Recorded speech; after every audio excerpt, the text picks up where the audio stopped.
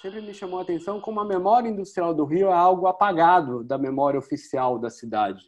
A memória oficial da cidade configura o Rio de Janeiro como uma cidade da exuberância, da beleza, a cidade maravilhosa, né? Os atrativos naturais, entre aspas. Numa reunião do Laboratório de História e Natureza, e temos o prazer de receber o professor Paulo Fontes. Paulo, o palco é seu. Tá bom, boa tarde a todas e todos, muito obrigado, é um prazer muito grande estar aqui, enfim, vou me apresentar, depois eu agradeço, para seguir a ordem bonitinha, que nem vocês fizeram. Bem, eu sou Paulo Fontes, sou professor do Instituto de História do PPGIS da UFRJ, enfim, tenho uma trajetória aí na área de História Social do Trabalho, né, na área que eu venho, enfim, militando há bastante tempo, e a minha pesquisa principal, a minha pesquisa de doutorado, a pesquisa, digamos, que lançou um pouco o meu trabalho, foi sobre trabalhadores migrantes nordestinos para São Paulo, pesquisa que eu publiquei, etc. Mas eu tenho várias pesquisas, enfim, na área de movimentos sociais, área de sindicalismo, área de cultura operária, cultura dos trabalhadores e associativismo urbano. São os temas que eu lidei durante bastante tempo. E mais recentemente, eu tenho trabalhado com esse tema comecei a trabalhar com esse tema da desindustrialização, que é um pouco por onde acho que a gente vai conversar hoje, e com o tema enfim, das relações entre raça e classe, raça e trabalho, especialmente no movimento dos trabalhadores, no movimento operário, que é o tema que eu estou. Então, as minhas pesquisas atuais, digamos assim, elas estão bifurcadas entre o tema da desindustrialização de um lado e o tema das relações raciais e o movimento operário nos anos 40, 50 e 60 de outro. Tá? Então, é um pouco isso que eu tenho pesquisado. Oi, Pado. Bom. Beleza? Enfim, continuo, Liz? Não estou te ouvindo. Tá, como você quiser, Paulo. Se você quiser, eu acho que a gente só pedir para o Pádua se apresentar também, e aí a gente começa com a tua. Pádua. Bom, boa tarde para todo mundo. Desculpe o atraso. José Augusto Pádua aí do IH, coordeno o laboratório junto com a Liz. Mas eu já estava curtindo o início da apresentação, não quero atrasar. Valeu, bem-vindo, Paulo. Ótimo ter você aqui. Obrigado. Enfim, então... A gente já estava planejando há algum tempo ter essa coisa junto com o pessoal do laboratório do Paulo. Então, é realmente um prazer, Paulo, ter você aqui. Eu acho que esse é o primeiro de, talvez, outros projetos conjuntos. Tá bom? Tomara. Então, agora a palavra é tua. O mundo do trabalho entra na natureza. Vai. Exato, claro. Bem, então, eu queria agradecer muito o convite da Liz, do Pádua, do grupo, da Hannah, o pessoal que me acolheu aí, me fez o convite direto. Realmente é uma oportunidade muito legal, eu agradeço muito conversar com o pessoal do Laboratório de História da Natureza, o laboratório que eu já acompanhava antes mesmo sabia da existência, etc. Eu tinha um interesse antes mesmo de ir para o IH, né? Então é muito bom poder estar tendo esse momento. Pena que a gente não pode estar tendo presencialmente, como a gente tinha pensado originalmente, mas enfim, está rolando. Eu acho que é importante também, queria só marcar isso, né? A Lise comentou agora, né? No IH, né? Eu coordeno esse laboratório de estudos de história do mundo do trabalho. A gente tem feito um trabalho, acho interessante, né? Sem falsa modéstia, de tentar articular a divulgação, digamos, acadêmica com a divulgação científica de uma maneira mais ampla. E acho muito legal a gente poder, enfim, botar esses laboratórios para conversar, para dialogar, não só no nível, digamos, dos professores, mas também dos alunos, de quem participa dos pesquisadores em geral que participam desses dois laboratórios. Eu acho que tem e aí eu chego no ponto, né? acho que tem um campo de intersecção de pesquisa, de discussão teórica entre as nossas áreas muito relevante, muito importante e ainda pouco explorado, em particular no Brasil, né? Acho que na literatura internacional, em particular nos Estados Unidos e na Europa, mas não na Índia, eu sei que tem coisas também, etc. Não só no norte global. Há já sim iniciativas muito interessantes que pensam a questão do trabalho, a questão da história social do trabalho e como que isso tem diretamente a ver com, enfim, a história ambiental, a transformação da natureza, né? A definição clássica de trabalho é a mudança da natureza, a intervenção humana na natureza. Então, é óbvio que tem aí um ponto de intersecção que, no campo da história social do trabalho, foi por muito tempo ausente, negligenciado, não pensado, não refletido, mas que eu acho que também no campo da história ambiental também não, por várias razões que a gente pode bater um papo depois e pensar. Então, acho que essa aproximação ela é muito importante, é vital, ela é estratégica, eu vejo assim para o campo da história do trabalho e imagino que o convite também reflita essa percepção por parte de vocês dessas possibilidades que se abrem, né? Para hoje, na verdade, eu pensei, eu até expliquei para o Pádua lá atrás, depois para a Hannah, os meninos que me convidaram. Eu pensei uma coisa muito informal, na verdade, né? E por isso a ideia de passar esse filme, que foi, eu vou explicar já a origem desse filme, mas então a ideia era passar esse curta-metragem que fala do Rio, que fala de industrialização e memória e desindustrialização no Rio.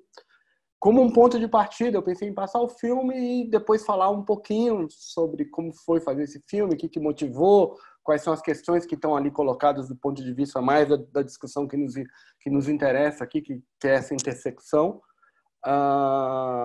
Mas fazer isso de uma maneira informal. Então, assisti o filme tem 25 minutos, depois eu falaria uns 10, 15 minutos, e aí deixar vocês me perguntarem, a gente conversar, trocar ideia. Perguntarem e trocar ideia. Um pouco essa a dinâmica que eu pensei, que o pessoal aprovou aí, que eu acho que é uma dinâmica boa, porque ela permite a gente falar, eu não falar muito, e a gente trocar ideias, conversar e pensar essas questões. Como disse a Liz, eu realmente espero que esse seja um primeiro momento de muitos outros. Essa discussão de desindustrialização, para mim, é uma discussão ainda nova. Na verdade, no Brasil, ela é novíssima do ponto de vista dos historiadores. São poucos. A discussão no Brasil, eu posso falar mais disso depois, mas é uma discussão basicamente de economista e, em geral, de economistas ruins. Então, eu acho que, por ser uma agenda nova, na verdade, eu também quero ouvir muito, trocar muito, e acho que esse exercício de fazer através do filme pode ser um exercício interessante. Esse filme, o Memórias do Rio Fabril, foi o seguinte, a história. Na época eu trabalhava na Fundação Getúlio Vargas, no CPDOC da Fundação Getúlio Vargas, que tinha lá um setor audiovisual, tem ainda, acho, de produção de filmes, etc. E houve esse edital, era o 450 anos do Rio, e tinha um edital da FAPERJ de produção de audiovisual, de histórica de audiovisual. E aí eu propus esse filme, que era um filme para pensar mesmo a discussão da desindustrialização. Depois que passar o filme, eu falo mais por que dessa agenda. E, enfim, a gente ganhou o edital, só que demorou muito para vir o dinheiro, começou todo esse processo de crise, já estava ali no início, esse processo de crise, acabou vindo o dinheiro e o filme acho que acabou saindo de 2017, segundo semestre de 2017, quando saiu o filme. Enfim, aí teve uma circulação mais de festivais, ele acabou ganhando um prêmio de melhor documentário. Eu falo um pouco mais, assim, também gostaria de falar um pouco dessa experiência de um historiador ter que mexer com um filme. O que é isso? Acho que é uma coisa que talvez interesse para a nossa discussão aqui também, mais do ponto de vista, sei lá, metodológico, profissional aí, das nossas ações. Enfim, então esse é um curta-metragem, ele tem 25 minutos no total. Então a ideia é passar ele agora, a gente assistir, acho que deve estar aí Deixa eu falar um pouquinho. Vocês estão me ouvindo? Sim? Tá. Então, aí no final vocês descobriram, então, quem que é o assassino. Mas, deixa eu falar um pouquinho, então, só um pouco das motivações, como que a gente chegou nesse resultado, um pouco as dificuldades. Acho que também é legal falar o que estava sendo pensado e enfim, o que muda quando você vai a campo e faz a coisa. Acho que essas coisas talvez interessem para vocês. Vou tentar ser breve para dar tempo da gente conversar, vocês falarem, tá?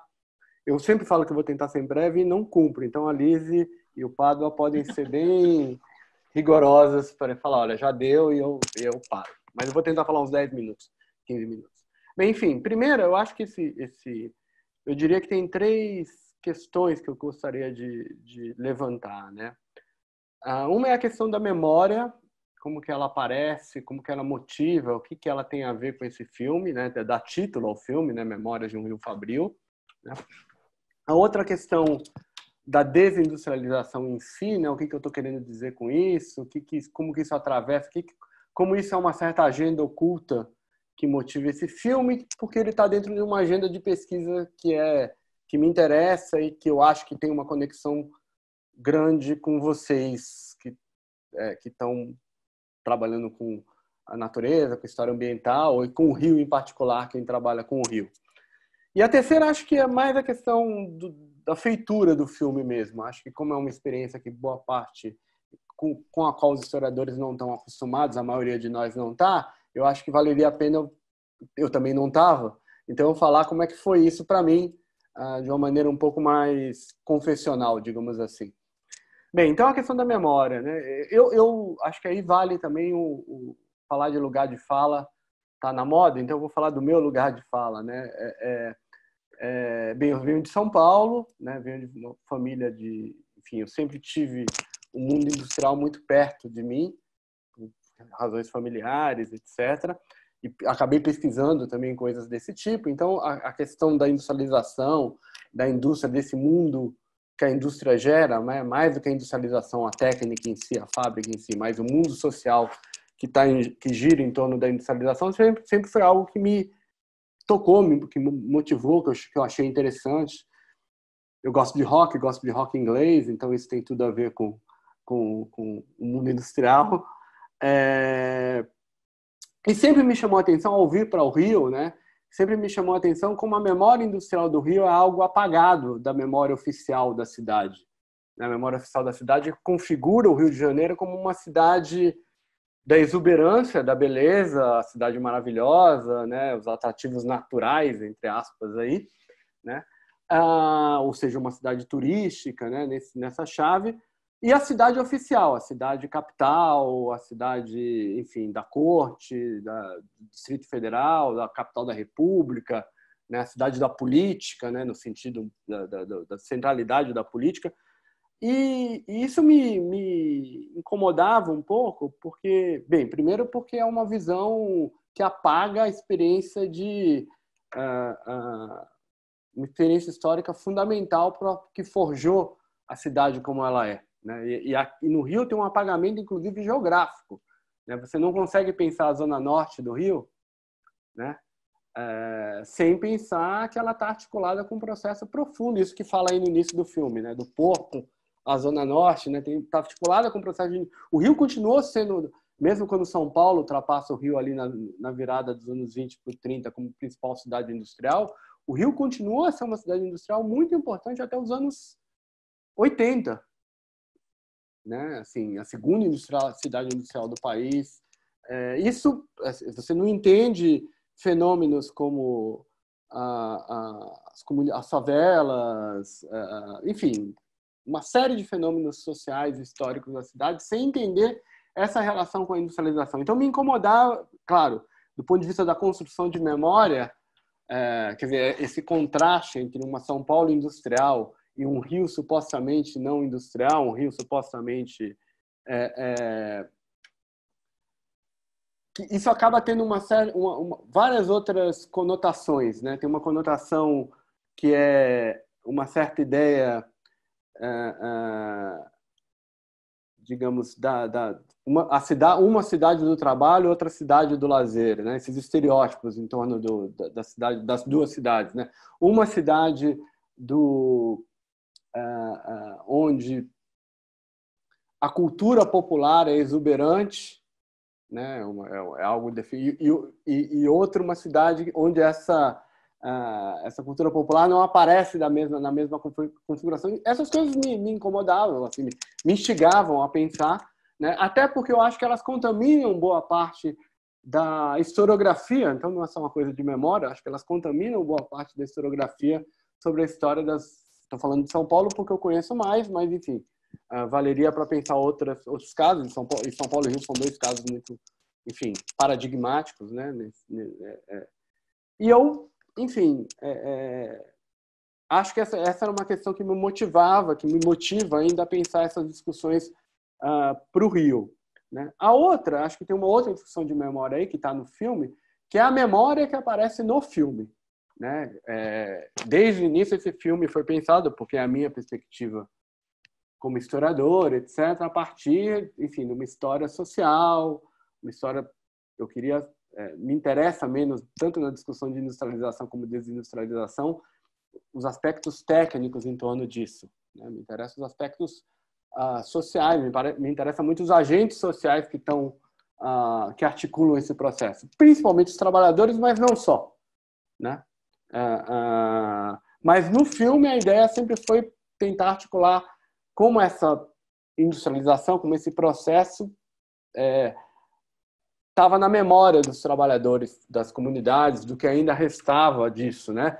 Tem temporalidades diferentes, aí é importante também mostrar, né? Os três casos que a gente usa, eles não são à toa, né? Eles foram muito pensados por que esses casos, etc. Tem também muito de acaso, da gente conseguir as pessoas, então também não é só que é tudo planejado, tem mas por exemplo, eu queria o tempo todo que algum caso que articulasse a favela, né, esse emblema da cidade do Rio de Janeiro, né, com a industrialização aparecesse, porque isso é uma coisa que é um tema que historiograficamente me interessa, porque tem um apagamento aí também, né, e é um apagamento perigoso, inclusive, porque ele tem a ver com uma certa ideia implícita que as pessoas não se dão conta muito, que é, primeiro porque a favela carioca, como vocês sabem melhor do que eu, tem várias tem muitas diferenças entre si, né? Mas em particular essas favelas da Zona Norte, né? Muitas delas foram construídas em torno de experiências fabris. Eu brinco, né? Brinco entre aspas, né? Dá para dizer que muitas delas são espécies de vilas operárias sem selo, né? Assim, estão articulados. Você pega o caso, por exemplo, do Borel, né? Para pegar um caso que não está aí, né? O Borel se forma fundamentalmente por causa da Souza Cruz, da empresa de cigarros que está ali embaixo na usina. A origem do Borel está articulada com isso. A própria Mangueira, né? Que era um caso que eu queria, que acabou sendo o caso que a gente usou. Está aí na fala delas, né? Essas 10... um monte de fábrica ali na Visconde de Niterói, né? O próprio Sindicato dos Metalúrgicos ainda era ali perto, né? Emblemático Sindicato dos Metalúrgicos. Enfim, então, o outro caso, né? Que é o caso da Vila Isabel, né? Porque era um caso um pouco clássico, né? Primeiro tinha a música do Noel, né? Que enfim, era uma coisa que, do ponto de vista do filme, funcionava bem, etc., mas tinha a ver também com esse cinturão de industrialização que se forja ali no Rio, nesse período aí da Primeira República, e que tem São Cristóvão, Vila Isabel, ali como um eixo importante. E a Bering meio que caiu no colo. Na verdade, ela não estava planejada muito, mas, assim, por uma série de outras razões, primeiro ela tinha a ver com a coisa de estar perto do porto, mas o caso dela ter se transformado numa espécie de centro cultural, um lugar cult da cidade, depois de fechado, isso apareceu como um tema que era muito interessante para explorar. Então, aí eu acho que tem uma coisa da memória, só para encerrar essa coisa da memória, que é a memória desses participantes, né? Que é uma memória, digamos, como toda a memória, né, seletiva e que acaba por ter um aspecto de nostalgia, né, que está no título da apresentação que eu mandei para vocês, né, uma certa nostalgia desse mundo, né, então eles falam é bom, né, no primeiro filme que as mulheres estão falando, as referências sempre são positivadas, né, tem o próprio paternalismo industrial que está ali presente, ele é valorizado como eram relações mais humanas, tem esse aspecto nostálgico que aparece. No último filme, no último episódio também, né? O senhor lá, o seu... Me fugiu o nome dele agora. Né? E ali ainda tem uma coisa familiar, né? Como o pai dele tinha um cargo de controle operário grande, né? Então ele é uma memória que mistura a memória familiar com a memória de trabalho, né? A experiência de trabalho. E aí ele vai valorizando, não, lá era bom, tinha emprego para todo mundo, as relações, todo mundo, uma relação comunitária, né? A gente estava muito ciente desse aspecto nostálgico, positivado, que está presente nessa memória, e tentou trabalhar um pouco isso no filme. No último episódio isso aparece mais, né? Ele fala, a gente contrasta um pouco as fontes históricas tenta fazer um contraste com o que ele está falando. Então, às vezes, ele está falando a fábrica era muito bom, não sei... aí, sei lá, aparece lá, Senzala Fabril, né? Então, o protesto, ou coisas que apareceram no processo de pesquisa do filme, né? A gente achou fontes. Eu adoro esse caderno, que é uma fonte inédita, que ninguém tinha trabalhado ainda. Espero que a Isabelle, minha aluna, trabalhe. Que ela está estudando trabalhadores têxteis, que é esse caderno que a gente achou no Sindicato da Indústria Têxtil dos anos 40, que é um caderno... O filme passou meio devagar para mim, não sei se passou meio devagar para vocês também. Então, ele atrapalhou um pouco a visão dele, né? Mas, enfim, não sei por que aconteceu isso. Talvez seja do YouTube para o Zoom, não sei. Mas no caderno, não sei se deu para vocês perceberem, no livro, né? É um livro de acidentes. E é impressionante, porque tem lá o nome do trabalhador, a idade, tá? Tem um negócio de idades, e tem onde ele foi acidentado. Ele perdeu o dedo, ele perdeu a mão, ele perdeu um negócio assim muito...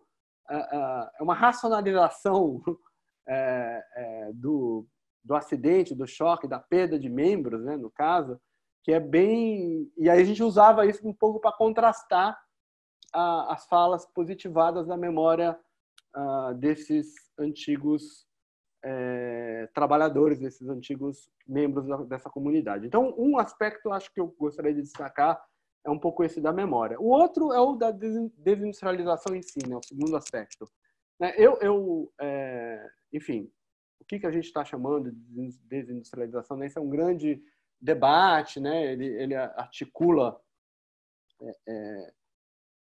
enfim, desde essa visão mais economicista, né, que vê, enfim, a crise do setor secundário, a diminuição do emprego, a diminuição do PIB do setor secundário na economia. Então, isso caracterizaria processos de desindustrialização, etc. Claro, isso é um aspecto importante, mas eu estou mais interessado, digamos, nos aspectos sociais, de novo, desse processo, né? O Rio, em particular, é um caso muito exemplar, porque, se eu falei, o Rio se manteve como uma cidade industrial durante muitas décadas, né? Uma fundamental cidade industrial durante muitas décadas, é evidente que a partir dos anos 80, mas principalmente dos anos 90, né? O tipo de industrialização carioca era um tipo de industrialização que sofre muito com a abertura comercial dos anos 90 e com todas as mudanças tecnológicas, etc., que o setor industrial tem passado no mundo todo. E é interessante pensar que na literatura internacional, se você vai em casos clássicos aí de desindustrialização, Manchester, Barcelona, Detroit, enfim, Nova York, se vocês quiserem, uma literatura imensa sobre esses processos de desindustrialização estão muito articulados com processos, digamos, da história urbana. Né? Eles aparecem com evidência. Então, por exemplo, né, desde elementos de diluição de redes de sociabilidade, crime organizado, por exemplo, né? Tem toda uma literatura que articula isso. Se você pensa os debates sobre a eleição do Trump, né? o Rust Belt, né? o cinturão da ferrugem, né? Tem toda uma discussão sobre, por exemplo, consumo de opioides e desemprego e mais do que desemprego, deterioração das relações de determinadas instituições sociais que articulavam aquele mundo social, né? Eu me interesso por essas coisas e acho que o Rio é um caso muito rico para pensar isso, e essas coisas nunca são conectadas na literatura aqui. Ninguém fala que digamos, a decadência de um determinado tipo de economia, digamos assim, um determinado tipo de relações econômicas que estavam articuladas com relações sociais e relações culturais, como isso, digamos, afeta questões de hoje, do Rio de Janeiro de hoje, da crise do Rio de Janeiro das últimas 2 décadas, se a gente quiser. Então, o filme está dialogando um pouco com isso, né? Não é sobre isso, etc., mas essa é uma agenda que me interessa e é uma agenda que tem toda isso eu nunca parei para pensar muito, mas acho que tem um campo aí para a gente conversar com vocês que estudam história ambiental, etc., mas tem toda uma agenda com isso, né? Assim, com toda essa o que essa industrialização e essa desindustrialização tem a ver, enfim, com a natureza, com o território, né? com as territorialidades, com a Baía de Guanabara, aí, que eu sei que é o tema da Lise. Enfim, eu acho que essas coisas têm um diálogo forte e, quando pensadas a partir de baixo, quando estou falando a partir de baixo, a partir das experiências dos atores sociais, elas me interessam particularmente, né?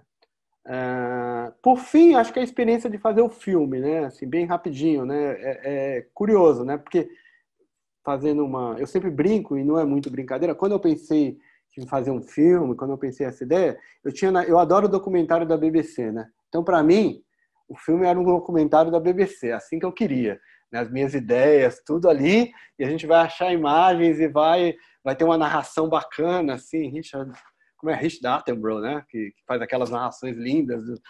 Então vai ter uma narração, a gente vai achar uma voz fantástica. Então, e aí foi legal porque as meninas que fizeram o filme comigo, né, a Isabel e a Thaís Blanc, né, são cineastas e, claro, me descascaram, né?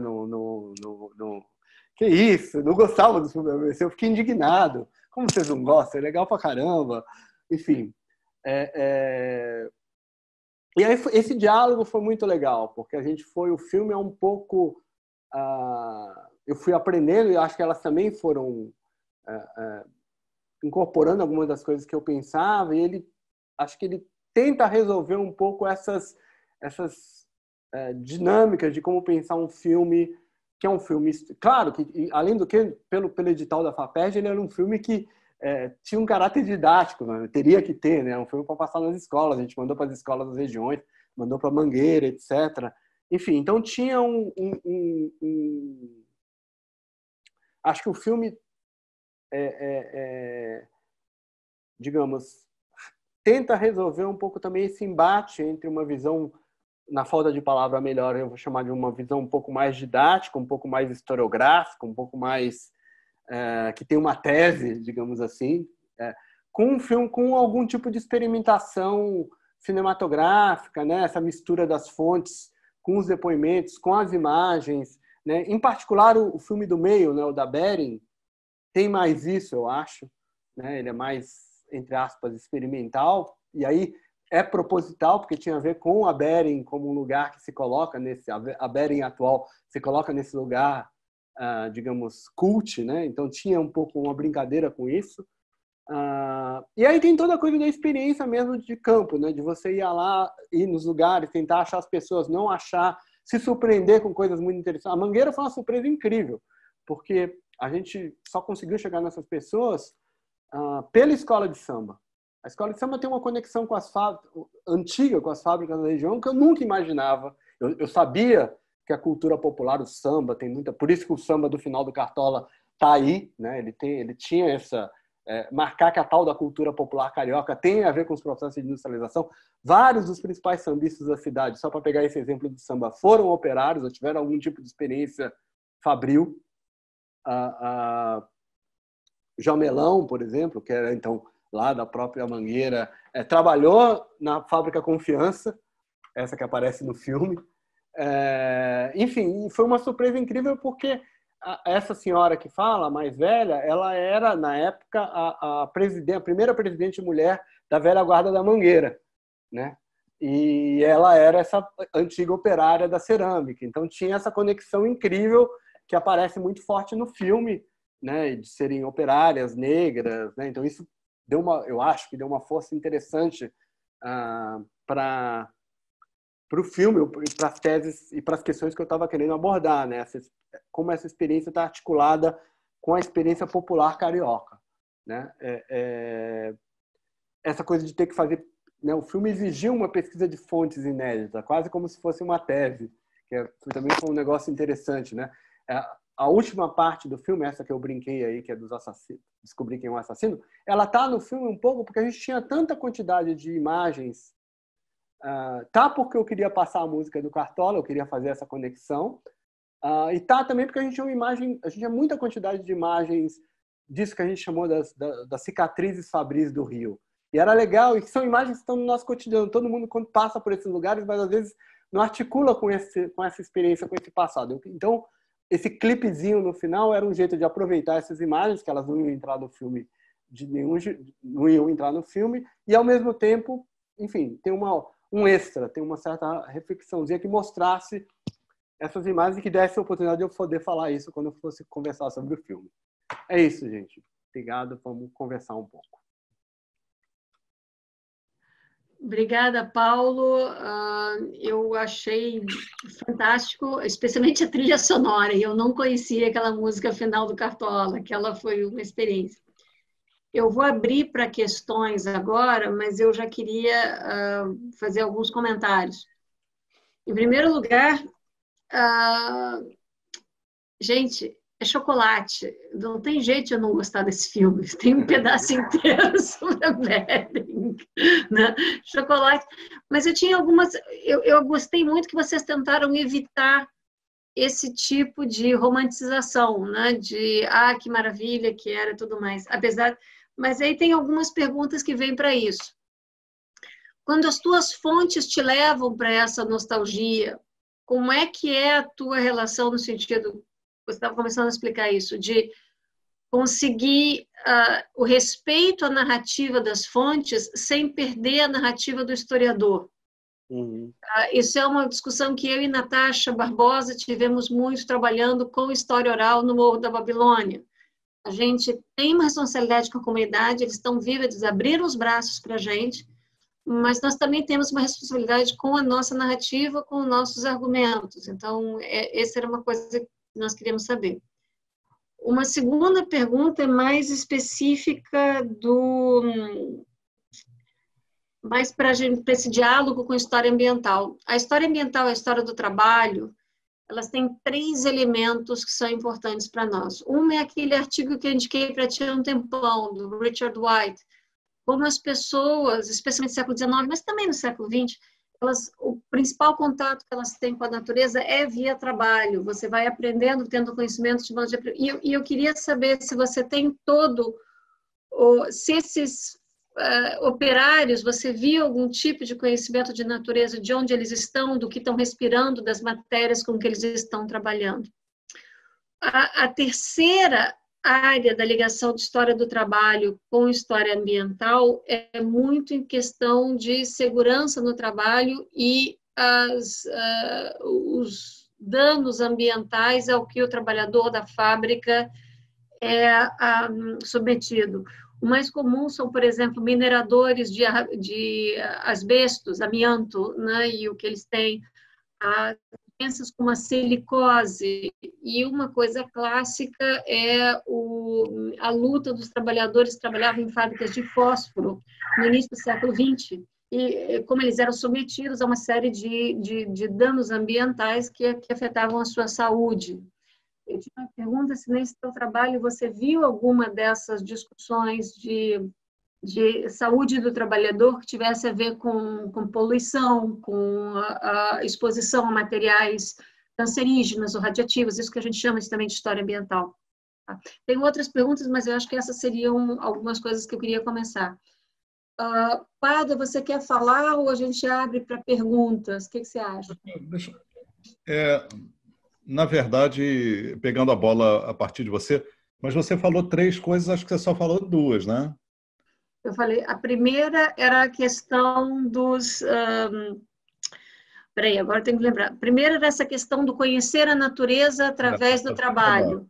Tá. A segunda era a questão... Perdão, tem razão. A segunda era a questão da doença e da saúde do trabalhador através de questões ambientais.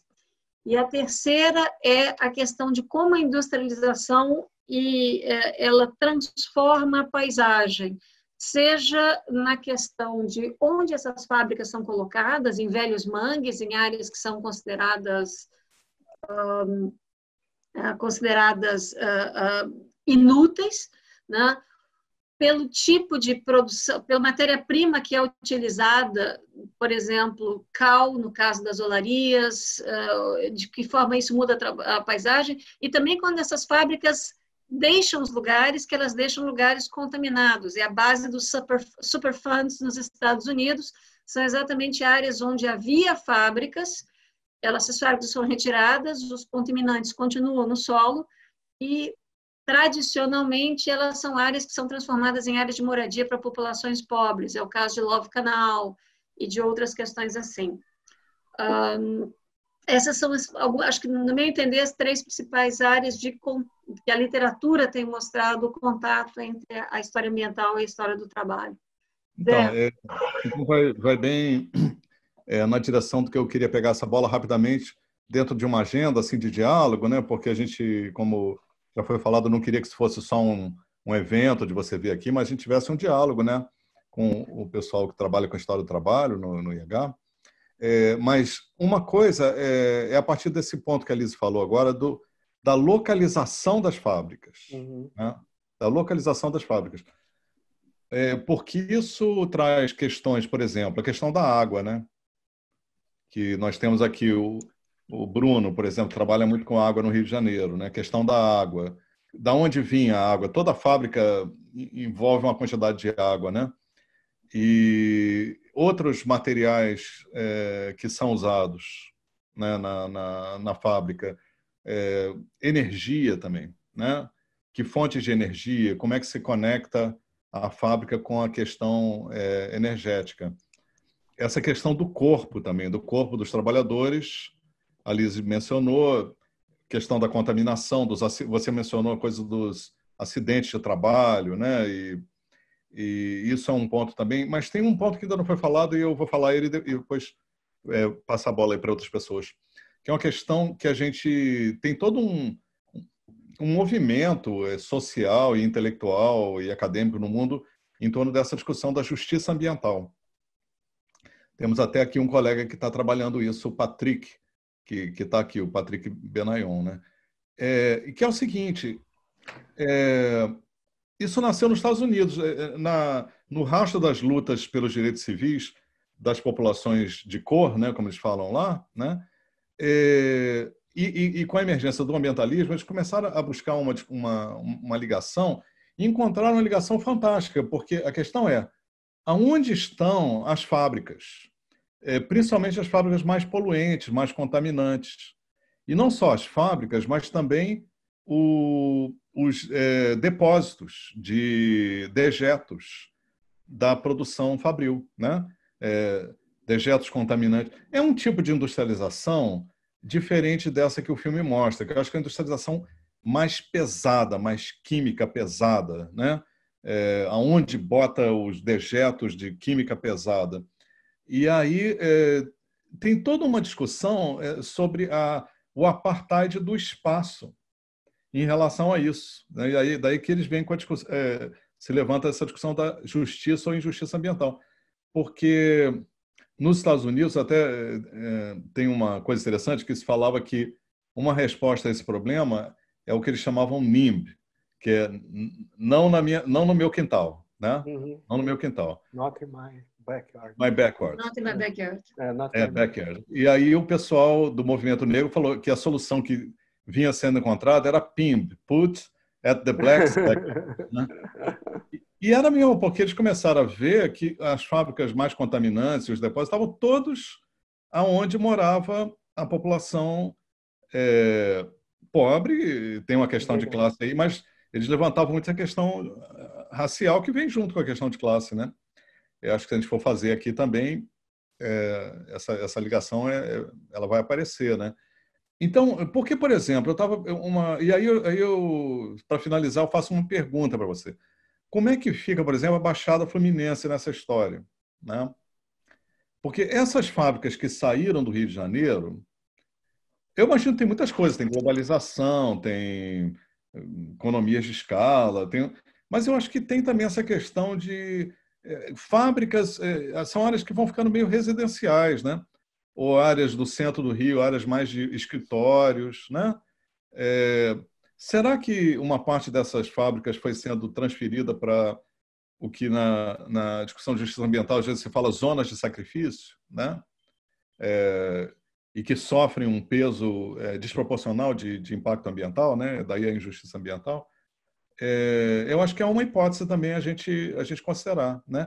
Essa fábrica ali, Aliança, que agora tem um supermercado ali na Tijuca, ali para Vila Isabel, ali, é uma área que ficou meio residencial, né?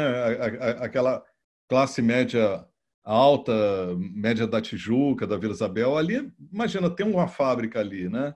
Então, essa questão da localização, acho importante também fazer esse gancho com a história ambiental.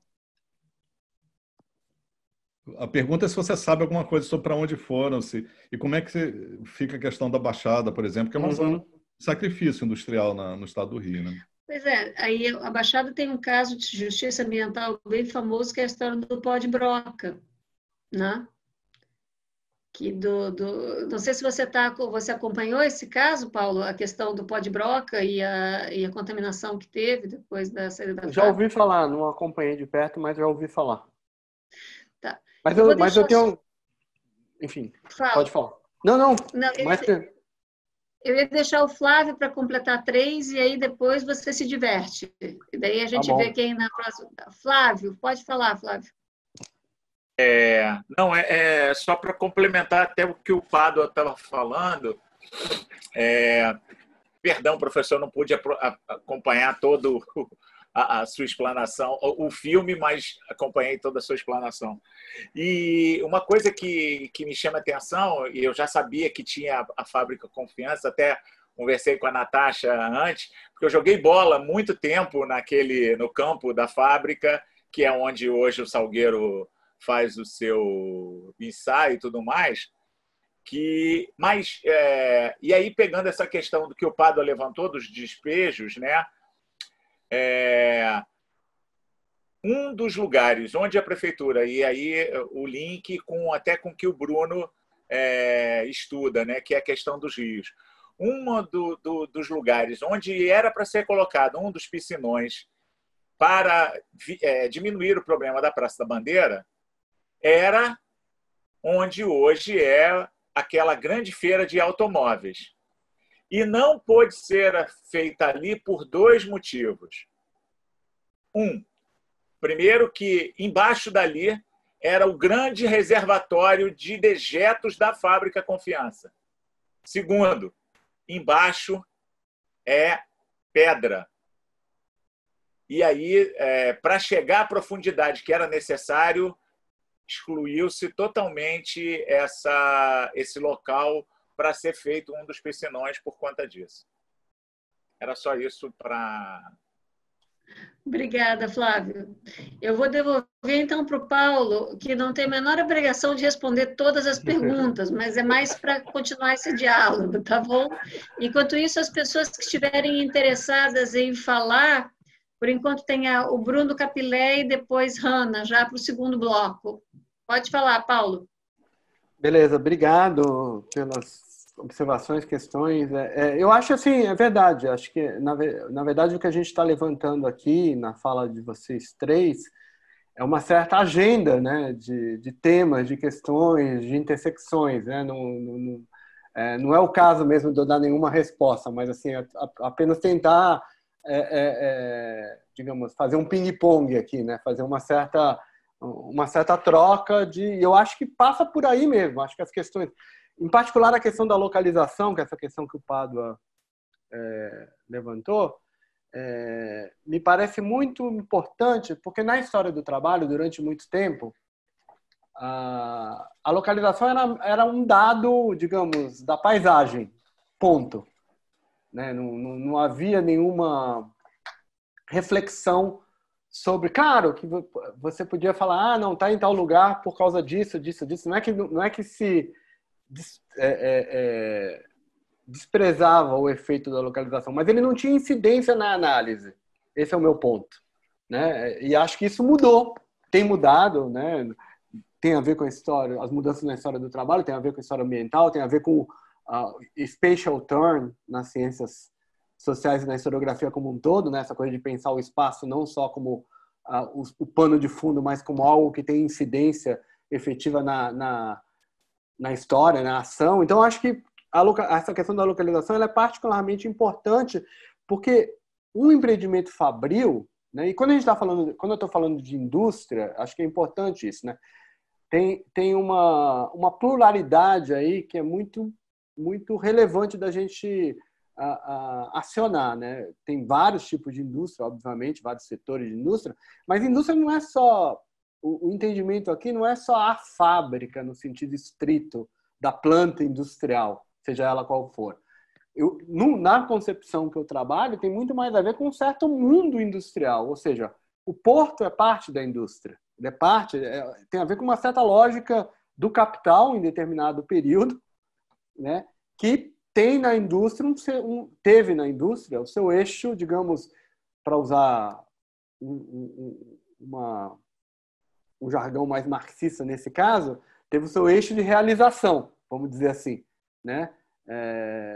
Isso obviamente tem mudado, a financiarização, todo esse debate que eu não quero entrar agora, mas enfim, durante muito tempo esse é o eixo de realização, fundamental de realização do capital, e o é na cidade do Rio de Janeiro, certo? O é na cidade de São Paulo, é em várias localidades. Então, esse empreendimento industrial, se a gente pensar a localização, tem a ver com a mudança que qualquer empreendimento opera na natureza e por que tais opções são ou não são feitas. Né? No caso do Rio, por exemplo, a ferrovia, né, tem um papel-chave, né? Ela é feita para poder expandir, especialmente na Primeira República, né? No final do 19 até. Mas depois, vamos pegar a Avenida Brasil, ela foi feita para criar as regiões industriais da cidade do Rio de Janeiro. O objetivo principal da Avenida Brasil é expandir a área de industrialização para aquela região e o fez durante um tempo, né? E o fez fortemente durante um tempo. Então, essas articulações entre localização, transporte, natureza, transformação da natureza, e o que isso impacta, o que isso muda nos termos que o Pádua levantou mesmo, energia, água, energia e outras, né? Enfim, o mangue, a floresta, acho que são coisas incrivelmente interessantes para pensar. Eu vou dar um exemplo que não é do Rio, um exemplo como é que fala? Provinciano, um exemplo de São Paulo. Mas que é um exemplo que eu conheço bem porque é a fábrica que eu estudei o mestrado. É uma fábrica chamada Nitroquímica. Uma fábrica grande, foi uma fábrica muito grande, foi a maior fábrica de São Paulo nos anos 40 e 50, com quase 12 mil operários, que fica num bairro que chama São Miguel Paulista, que é na Zona Leste. E é uma fábrica famosa, vou tentar traduzir para os cariocas aí tudo que eu falar aí de localização. Então, é uma fábrica famosa porque ela é na beira, também porque ela é na beira do Rio Tietê, tá? E é considerada uma das principais poluentes, né? Uma fábrica de produtos químicos, ela se pretendia uma fábrica do José Hermílio de Moraes, pai do Antônio Hermílio de Moraes, e do Horácio Laffer. Então, dois grandes capitães da indústria e uma fábrica que teve todo o apoio. Ela é importada, é uma história incrível, eu acho, porque é uma fábrica importada da Virgínia nos Estados Unidos, toneladas e toneladas de equipamentos, por causa da crise dos anos 30 lá, e eles trazem uma grande fábrica. A ideia é montar o que eles falavam depois dos anos 40 como a CSN da indústria química. Tá? Então, um grande empreendimento industrial que teve um impacto ambiental e social incrível naquela região. Tá? Impressionante naquela região. E a nitroquímica, enfim, teve todo esse processo de crescimento industrial, de atração de mão de obra. É uma fábrica que me interessou muito, porque a mão de obra eles trazem mão de obra do Nordeste, então tem toda essa discussão que tem a ver com essa coisa dos corpos, né? De quais corpos que vão estar mais expostos aos produtos, no caso, os produtos químicos, que eram altamente insalubres, altamente perigosos. Na verdade, a fábrica explodiu 3 vezes, pra vocês terem uma ideia. Né? Na mitologia da região, tinha um código de apitos, que é quando tinha possibilidade de explosão. Enfim, e a nitroquímica, ela ficou também com essa fama de ser uma das maiores poluentes do Rio Tietê. O que não é pouca coisa, porque vocês sabem como o Tietê é. Então, E mais recentemente, viu, Pádua, tem muito a ver com a sua pergunta, porque mais recentemente eu mesmo tive envolvido aí no início, nos anos 2000, mais ou menos. Boa parte da fábrica fechou, ela ainda tem um núcleo pequeno, mas hoje ela tem, sei lá, 800 operários, 800 trabalhadores, nem isso, acho. E toda uma parte da fábrica foi, enfim, fechou, né? E começou uma discussão sobre de patrimonialização daquilo, né? É uma fábrica que, assim, está na história daquele bairro, as pessoas queriam, de alguma forma, os antigos trabalhadores, os moradores, enfim, talvez tenha um centro cultural, um SESC, né? Isso em São Paulo é muito forte, né? Você ter uma região totalmente carente de aparelhos culturais, então começou essa discussão, e aí também de ter alguma coisa de memória, de museu, e a própria fábrica, que não queria que isso acontecesse, né, usava o argumento que ela tinha poluído demais o solo e que não era possível fazer nada ali, porque era, enfim, tinha contaminação. E, de fato, alguma contaminação tinha, a Sabesp chegou a constatar. Enfim, mas é para mostrar um pouco essa dinâmica, né? Essa é uma questão que está muito presente em vários lugares. E aqui no Rio, certamente, enfim, o papel que a Reduc tem, né, que a Petrobras tem nesse processo, aí me parece central. Né? E não é à toa que a Reduc está na Baixada, e acho que tem muito a ver com a questão que você coloca. Né? Um pouco, acho que é uma hipótese interessante, pensar... eu tenho tomado cuidado aí a usar o termo desindustrialização, é que eu estou falando, mas sempre quando eu escrevo, eu coloco entre aspas, porque uma das razões é justamente essa que você está colocando, né? A desindustrialização de um lugar pode ser a industrialização de outro, né? Então, não necessariamente... Tem um paradoxo, né, que a gente vive no mundo atual, porque a gente fala muito de desindustrialização no mundo, mas nunca se trabalhou tanto... Teve tanta gente trabalhando na indústria como em 2000, como agora. Porque, óbvio, tem um deslocamento industrial para a Ásia. Então, você vai para a China, para o Vietnã, para Bangladesh, você tem milhões, a escala muda completamente. Né? Então, é um paradoxo a gente falar, né, o mundo industrial continua, as coisas continuam sendo produzidas na indústria.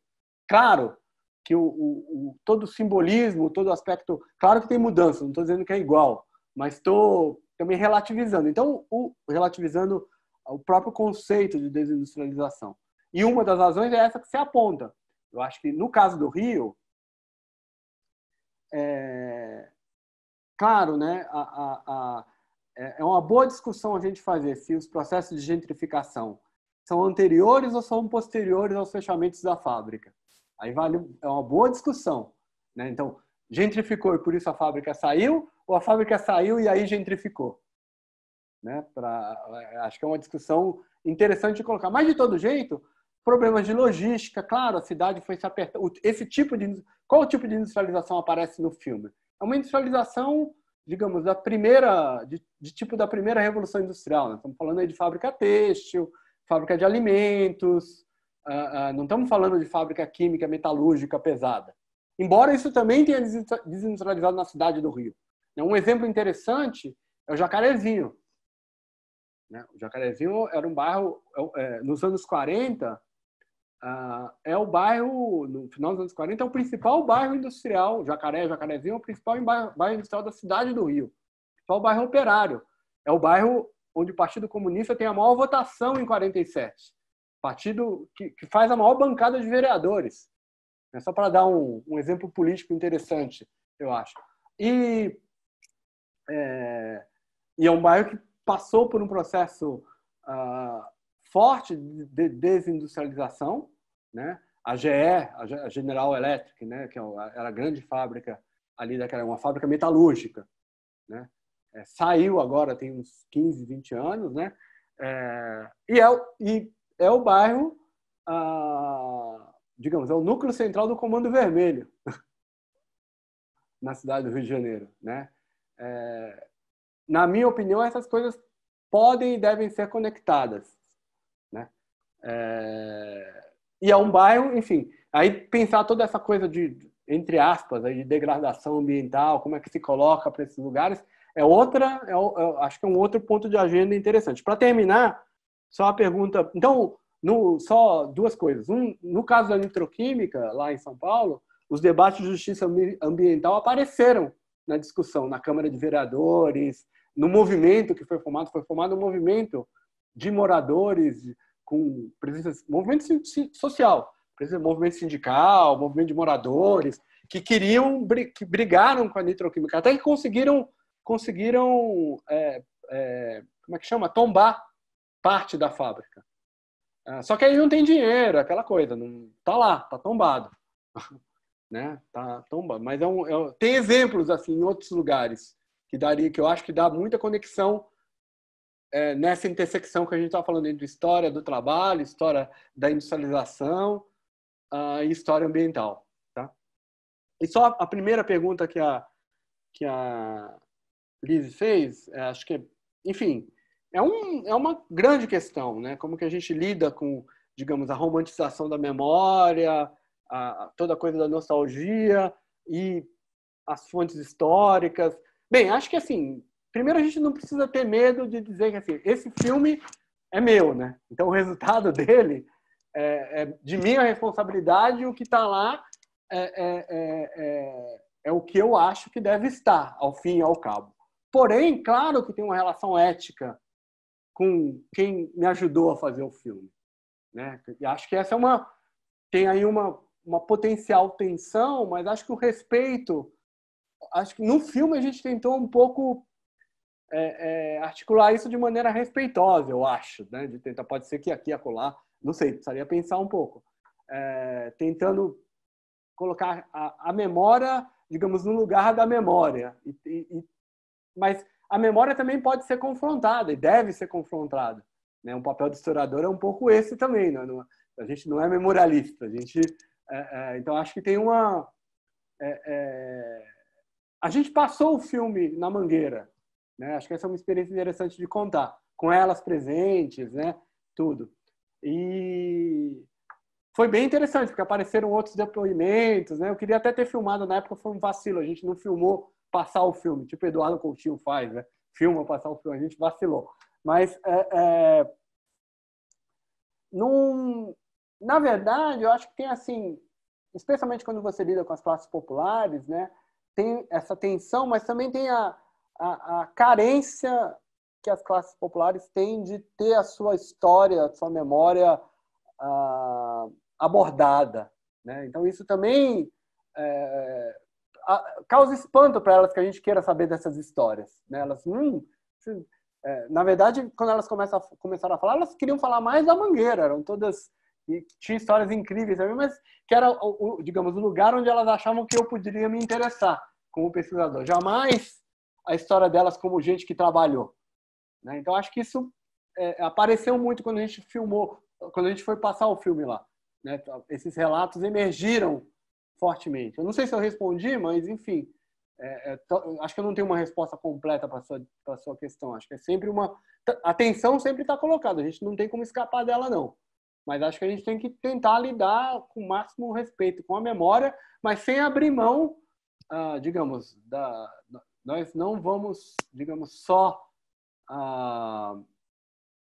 acho que a gente não deve só retratar essa memória. Ela é parte um pouco de como a gente compõe a história, como a gente dialoga. Ela tem que ser tensionada mesmo. Até porque são várias memórias, né? Não existe uma memória unívoca. Uhum. Desculpa, eu falei muito. Não, Paulo, foi maravilhoso, maravilhoso. Eu só vou te lembrar uma coisa, que nem todas as fábricas contaminantes, elas são só de nitrogênio. Uma das principais contaminantes da Baía de Guanabara eram as fábricas têxteis, que jogavam as anilinas e tintas que chegavam diretamente na Bahia, especialmente naquela parte ali de onde é a Enseada de Manguinhos. Nós temos na ordem, eu vou só pedir para ser mais breves do que eu fui, que é uma coisa meio injusta, mas Bruno, Capilei, depois Hannah e depois Patrick, daí a gente faz esse bloco. Bruno? Tentarei ser breve. É muito legal, Paulo, parabéns aí para o vídeo, é sensacional ver como o documento e a memória trabalham juntos e foi um belo trabalho.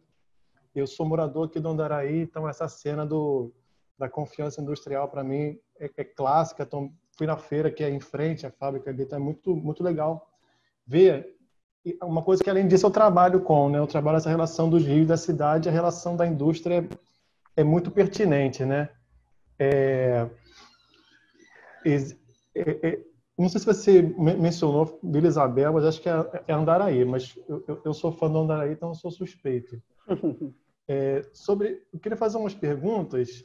Primeiro, sobre esse posicionamento do local da fábrica, né? Como a Liz, dando continuidade, assim, né? Porque a cidade vai crescendo num momento no século XIX em que, em meio às chácaras, existem uns espaços, vamos dizer, vazios, né? Que eram as áreas alagadas. Basicamente, as várzeas dos rios, os mangues, então são locais de interesse para a fábrica, porque é um custo mais barato para ela conseguir essa terra, ela tem que ter aquele trabalho de aterrar e tudo mais, e também tem o acesso à água, como já foi falado, isso mencionou perfeitamente. E no momento do século, no meados do século XX, não, a primeira metade do século XX, isso é uma política de governo, como você falou, do bairro de Jacarezinho, inclui também Manguinhos, toda aquela região ali onde era a Enseada de Inhaúma, né? Isso era projeto de ter um bairro industrial. E a gente vê hoje em dia, mais no final do século XIX, século XX e XXI, uma mudança que já não é para as fábricas, né? São para os condomínios fechados, essas áreas alagadas. Então, a gente vê que existem mudanças ideológicas e tem também inovações tecnológicas. Aí eu queria saber, assim, do seu trabalho, como que você conecta, porque existem muitas pontes a serem feitas, né? Claro que eu não estou exigindo que você faça todas as pontes possíveis, estou só querendo conhecer um pouco mais. Que a história ambiental é o tema do debate, mas também tem a história da ciência, a história da ciência e da tecnologia, como que ela relaciona com o mundo do trabalho, né? Porque nessa primeira revolução industrial, o tipo de fábrica, como você falou, o tipo de fábrica que vem para o Rio de Janeiro é um maquinário pesado e é um maquinário têxtil e não tem tanta poluição química, né? Havia os curtumes, havia outras fábricas que poluíam, mas não tanto quanto teve na primeira e segunda metade do século XX. E aí, pela relação do trabalho, né? Do trabalho, eu digo material, assim, do corpo do trabalhador, né? Por sinal, eu não sou sádico não, mas adorei a tabela que você mostrou, a relação que eles tinham com o corpo do trabalhador, né? Ele riscando quantos dedos perdeu, é interessantíssimo em contraste com aquele diálogo. Mas, enfim, esse corpo do trabalhador, que também é ambiental, como a Liz falou, ele está relacionado com vários tipos de industrializações que passaram, né? Esse primeiro tipo, o cara poderia perder um dedo, poderia, sei lá, perder um braço. Uma indústria como a Roche, em Manguinhos, uma indústria farmacêutica, química, de repente ele não tem um problema de saúde naquele momento, não vai ter um acidente que ele vai estar no hospital, mas ele pode, ao longo de 20 anos de trabalho, ter um câncer, ter algum outro tipo de reação assim, a longo prazo. Então, assim, pela saúde do trabalhador que está relacionado com o ambiente, né? Como que você vê essas variações tecnológicas dessas diferentes ondas? Não sei se eu fui claro, eu misturei muitas vertentes aqui na questão, mas é uma curiosidade minha que eu tenho. Tá bom, obrigada, Bruno. Hanna, por favor. Oi, gente, todo mundo tá me ouvindo? Tudo certo? A minha internet está oscilando, tá? Então vamos lá. Oi, professor. O filme é maravilhoso, é um curta, né, metragem. E aí eu fiquei refletindo, né, principalmente quando dentro das entrevistadas tem a dona Gilda, né, que é a mais velha, e tem a outra moça que é a mais jovem, e aí é interessante, porque aí tem todo um embate geracional, né, de quem trabalhou numa época e quem trabalhou em outra. Mas quando a outra moça mais nova, ela fala sobre o espaço, né, então ela faz ali um mapeamento afetivo, né, da fábrica com o morro, que é bem interessante, e aí ela fala sobre as árvores. Ela fala, as árvores ainda estão lá. E essa fala me chamou a atenção, porque quando a gente pensa em mundo industrial, né, a gente já opõe logo, né, e até o discurso ideológico, né, para formar esse mundo quando ele surge, é de oposição à natureza. Né? O mundo da fábrica é o mundo dos homens e a natureza é um mundo cênico ali, intocado. Né? Mas é interessante porque estão surgindo alguns esforços de juntar a história do trabalho com a história ambiental, de também trazer uma noção de transformação, né? E principalmente como esses trabalhos, a fábrica como um espaço de transformação da natureza, porque os elementos que entram na fábrica para fazer o produto final são natureza, é algodão, é ferro, é a água que vai movimentar, né, as caldeiras, enfim. E aí, quando ela vem com essa fala da natureza, me veio muito na cabeça uma fábrica que tem em Paracambi, que hoje em dia é um polo do CEDERJ, e funciona não só a graduação, mas também funciona o pré-vestibular, que eu dou aula.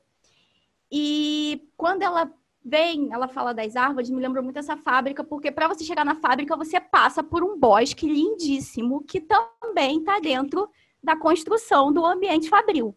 Né? Você colocar um pouco de verde, um pouco de natureza ali, para tentar, talvez, balancear, né, alguma destruição que aquele espaço poderia estar representando, eu não sei. Mas, como esse filme é um curta, eu queria saber se tem algum material extra que sobrou e se vocês conseguiram apreender, principalmente a percepção que essas trabalhadoras tinham do ambiente da fábrica, né, e dessa relação entre o chão da fábrica de concreto e a natureza, né? O espaço da natureza, o espaço do morro. Enfim, eu fiquei bem curiosa, porque eu acho que isso vai de encontro, né, com muitos trabalhos que estão surgindo Bem, quando a gente fala em industrialização e história ambiental, vem muita questão da poluição, porque é evidente que depois da grande aceleração as fábricas vieram aí mudando o espaço. Mas também trazer essa outra perspectiva, né? Como a fábrica ela também é um espaço de natureza transformada, né? E se essas trabalhadoras percebem isso, talvez em alguma coisa que não entrou no filme, porque vocês devem ter juntado muito material, e com certeza que daria para muito mais de 25 minutos. Então, eu fiquei muito curiosa. Essa fala dela me chamou a atenção para todo esse debate, assim. É só isso mesmo.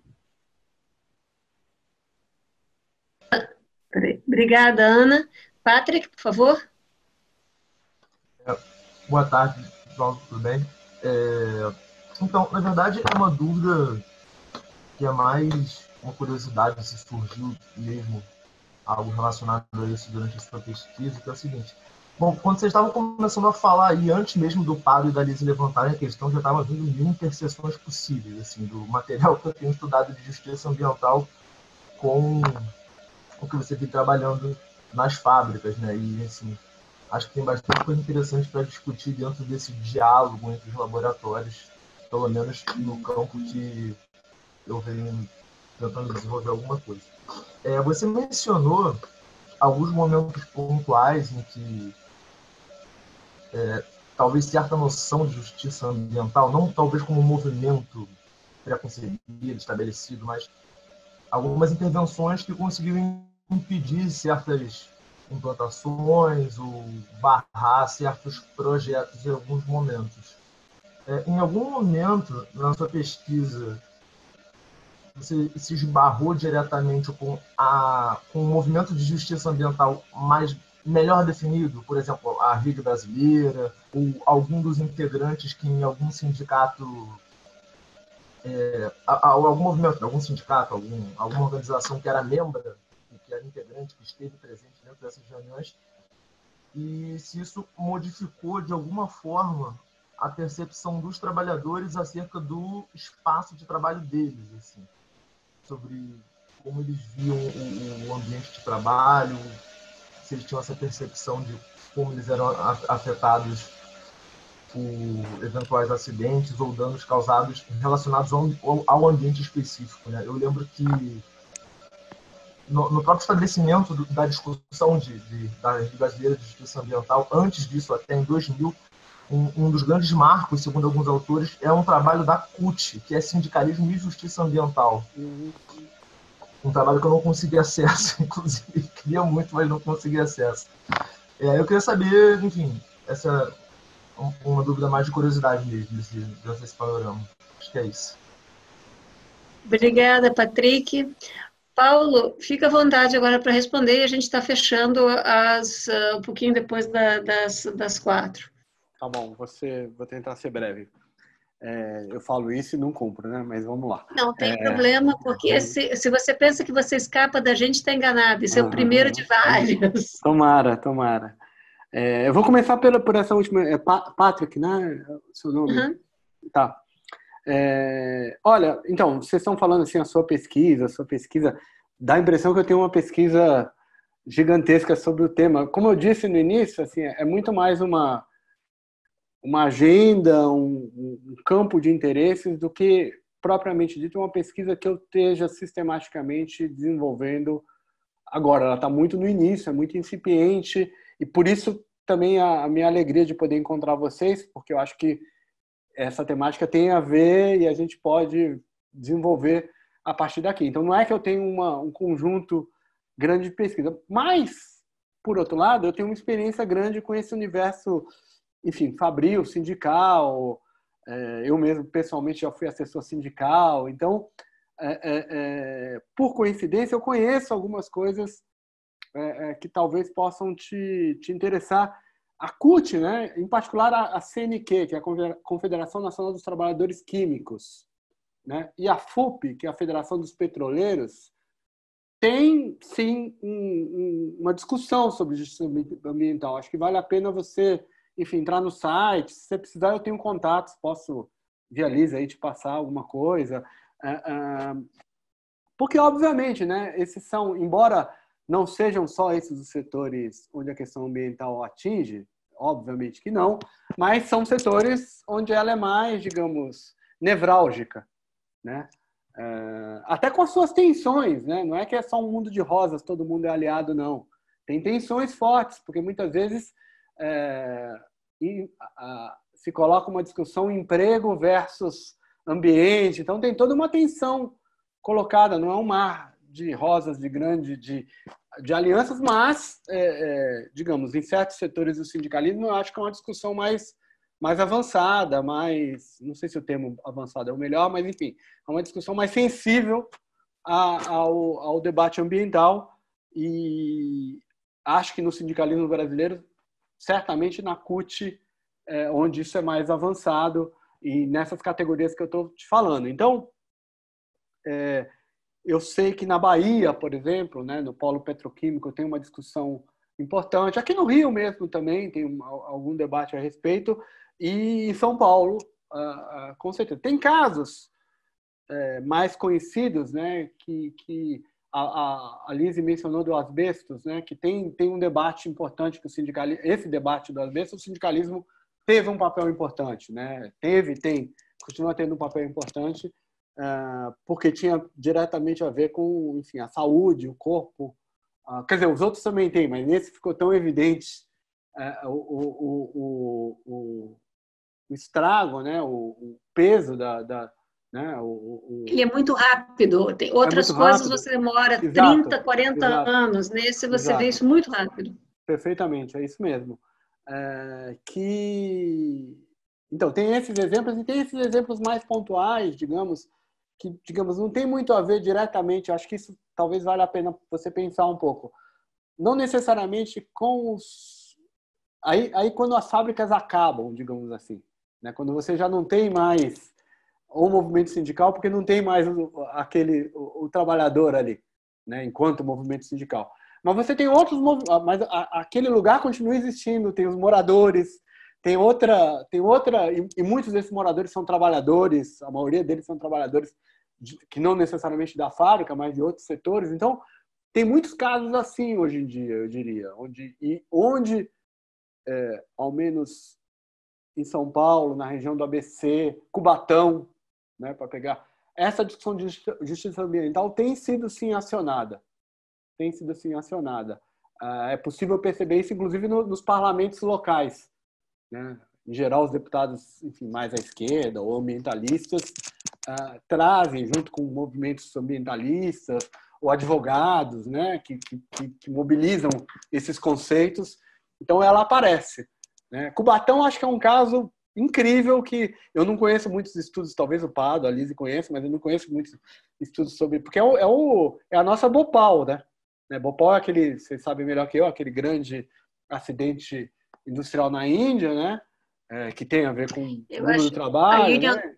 E eu tenho a impressão que a Union Carbide, na época, só tinha 2 fábricas no mundo, uma em Bhopal e uma em Cubatão. Em Cubatão, exato, Então é um caso impressionante que eu adoraria ver mais estudos que articulassem trabalho enfim, história ambiental, industrialização ali, e o lugar, né? Porque justamente é um grande, um imenso mangue, né? Um imenso... Enfim, acho que... Não sei se eu respondi, mas enfim, joguei mais lenha aí para pensar. A Hannah, nossa, muito legal as suas observações, porque eu gosto muito da fala delas duas, né, do contraste, tem muita coisa ali, né? Toda a questão, para o historiador do trabalho é uma coisa maravilhosa, porque elas falam toda a coisa da identidade do trabalho como uma identidade, toda essa discussão que a gente tem na história do trabalho, né, cidadania e trabalho, né, como que isso se articulou. Então, a coisa de ter a carteira do trabalho para poder andar na favela, né? Tá implícito ali o tempo todo elas falando isso, né? De que era meio que o passaporte no lugar onde elas moravam, na comunidade delas, né? Então tá ali, tá toda a coisa quando ela fala de que ela sabia que o prazo era determinado porque ela ia ficar grávida, ela era mulher, né? A articulação de gênero, raça, lugar, favela, trabalho, é incrível na fala delas. Eu particularmente gosto muito desse pedaço do filme, porque articula muito essas coisas. E gosto muito da fala dela, essa fala da árvore, a gente deixou muito... Porque como a única fábrica que, se vocês repararem, né, o caso da Bering e da Confiança, a fábrica ainda está lá, ela está transformada, etc., mas ela está lá. Ali não tinha mais a fábrica. Ela foi demolida na Mangueira. Então, a gente gostou muito quando ela falou da árvore, porque era um jeito de ter alguma materialidade, né? Ela falou, a fábrica acabou, mas a árvore ainda está lá, né? Ela fala assim, né? Eu gosto sem querer, um mote bom para o cruzamento de novo dos nossos 2 laboratórios, né?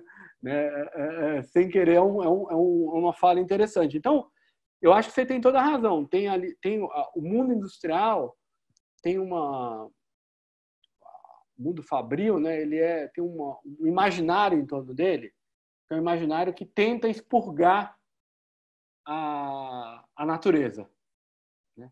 Isso está presente na cultura operária. Eu sou filho de operário. Meu pai não gostava de quintal com planta. Ele queria cimentar tudo, né? Ele não queria lembrar do passado rural. Não queria, assim, é algo que, assim, minha mãe gosta de planta, tudo, mas tinha um lance muito assim de expurgar.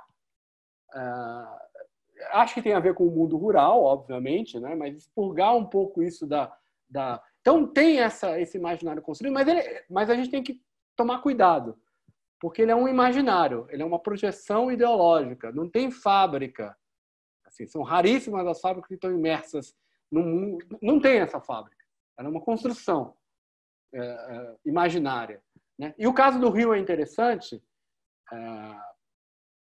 porque talvez o timing de convivência entre, digamos, o mundo natural, entre aspas, e o mundo fabril é um timing longo. Isso aparece muito a sua pergunta foi como isso aparece na memória.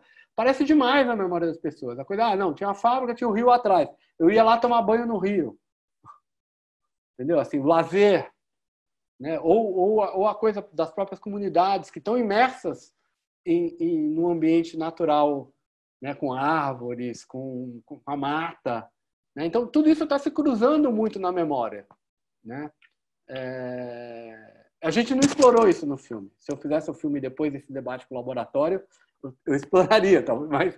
Mas está sim. Tá sim.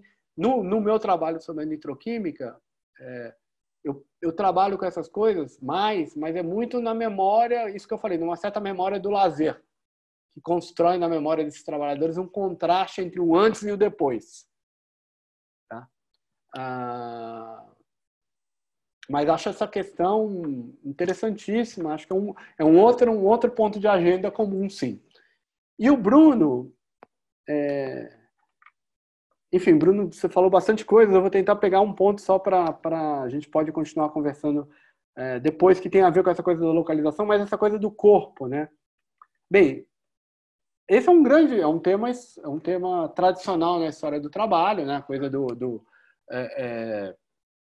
enfim, dos acidentes, de como você molda corpos para o trabalho fabril, né? Não é só o acidente, mas é como esse corpo ele é, digamos, reformatado para esse trabalho, como que o trabalho contínuo ao longo de décadas, o que faz com o corpo do trabalhador e como isso é motivo de, enfim, pode ser motivo, e muitas vezes de mobilização, de articulação, de contraste, digamos, de luta de classes, se vocês quiserem, né? Como o corpo está imerso na luta de classes. Né? Acho que esse é um tema, como a Lise chamou a atenção também, é um tema ambiental também, obviamente que é. E acho que é assim, toda uma literatura da história do trabalho, mas não só da história do trabalho, né, da saúde, tem todo um campo da medicina, né, que é um campo bastante politizado, né, para usar essa expressão, né, tem uma tradição politizada muito grande, porque ele sempre está em embate com os argumentos patronais, que são, obviamente, em geral, são argumentos que tentam diluir essa questão, né? Tentam diminuir essa questão. Temos aí também um outro ponto de intersecção entre as nossas discussões, me parece. Eu não respondi tudo, Bruno, mas, enfim, a gente conversa mais em outro momento. Eu acho que eu falei Vila Isabel porque eu estava me referindo ao Noel, mas todo respeito ao pessoal do Andaraí, não quero arrumar briga entre essa galera aí, não. Se você está falando que é Andaraí, pronto.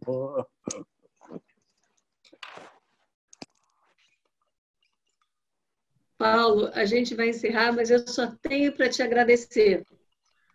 Nós vamos... a gente vai conversar... fala, Pádua. É que antes de encerrar, eu queria falar uma coisinha. Alô, Pádua? Antes de encerrar, eu estou querendo falar uma coisinha, tá? Lógico. Tá. Então, olha só, gente. Primeiro, dar boas-vindas aqui à Ana Vieira, que está participando pela primeira vez. Onde é que ela está aí? Oi. Está ali. A Ana é da graduação e está interessada no nosso campo, já se juntando aqui no laboratório, né? Então, bem-vinda, Ana, porque é a primeira vez que você participa. Você já deve ter se apresentado aí no início, né? Sim, sim. Uhum. Tá. Outra coisa, é só fazer sobre esse tema, Paulo, tem um livro que eu queria, de um colega americano, norte-americano, esse livro aqui, ó. Eu conheço. Thomas Rogers. Rogers, conheço. Mas é para o pessoal saber, é uma história do trabalho e do meio ambiente no açúcar, no Nordeste do Brasil, né? E é legal porque ele faz o gancho entre a agricultura e a indústria, né? Ele pega a coisa das usinas e pega a coisa dos engenhos, da plantação de açúcar, do trabalho na produção da cana e depois na produção industrial do açúcar, né? E esse livro foi publicado em português. Então, é só uma dica para quem gostou dessa ligação. E ele...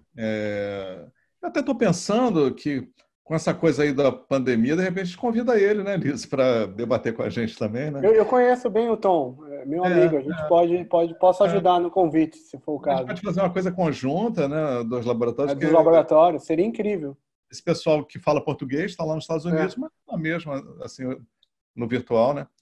E só uma última coisa que eu quero falar é o seguinte: em relação a esse uso do documentário, da história, dos historiadores, eu pessoalmente tive a oportunidade de participar de uma experiência muito fascinante, um documentário chamado O Vale, do João Moreira Salles. Uhum. Ele já andou aqui pelo laboratório, mas no passado, não sei, talvez muita gente não tenha visto, né? Quem aí não viu? Acho que a maioria não viu, né? Eu tenho um vídeo. Zé, a gente estava falando com os meninos. Nós estamos pensando em fazer, eles estão pensando em fazer um cineclube, Gabriel, como é que se chama isso? O nome por enquanto é Cine Labem. Cine o quê? Cine Labem, o nome do laboratório. Mas... Então, é o Cine Labem, e a gente podia mostrar o Vale. E, obviamente, o pessoal do Laboratório do Mundo do Trabalho é mais do que bem-vindo para assistir conosco. Porque é um filme maior. Não sei se você viu, Paulo, esse filme. Não vi, não conheço. Mas nessa coisa que um dos temas que você trouxe, essa coisa do uso do documentário. Só que João Moreira Salles é uma fera, assim, como documentarista, né? Mas obrigado, Pádua. Não, mas...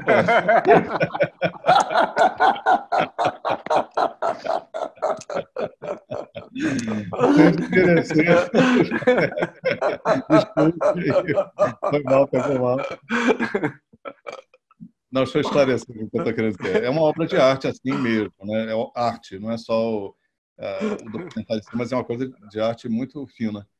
Mas eu achei legal porque pega assim uma situação também ambiental do Vale do Paraíba e é um trabalho maior, um trabalho de 1 hora, um trabalho mais lento, assim, mais... Enfim, mas é um trabalho que um dia a gente pode também passar aqui no laboratório para a gente ver, né? Porque essa coisa de usar a linguagem do cinema é sensacional, né? Para quem trabalha com história, né? E no caso desse documentário foi interessante que o João, no caso, me chamou, mas falou assim, olha, eu estou querendo fazer um documentário sobre a história ambiental do Vale do Paraíba, que é um grande desastre, mas sem falar em história, sem falar em meio ambiente e sem falar em desastre ambiental. Só implícito, tudo implícito, né? Assim, sem a narração ao estilo BBC que você estava falando, né? explicando a coisa e tal. Então, ele queria fazer uma coisa que só as imagens, a própria vida fosse mostrando uma história, um desastre. E é muito bacana esse documentário, foi uma experiência muito gratificante, mas ele não circula muito, ele estava no YouTube, mas tiraram e tal. Então, fazendo um pouquinho de propaganda desse filme, que é um filme muito forte mesmo, só para não deixar passar aí. Obrigada. Eu acho que é uma ideia interessante, está dentro dos planos a gente continuar. O Paulo, a gente vai colocar a nossa programação toda no nosso website e mandamos para você. Se você quiser depois mandar para o pessoal do Laboratório de Mundo do Trabalho. Claro. E a gente continua fazendo essa troca.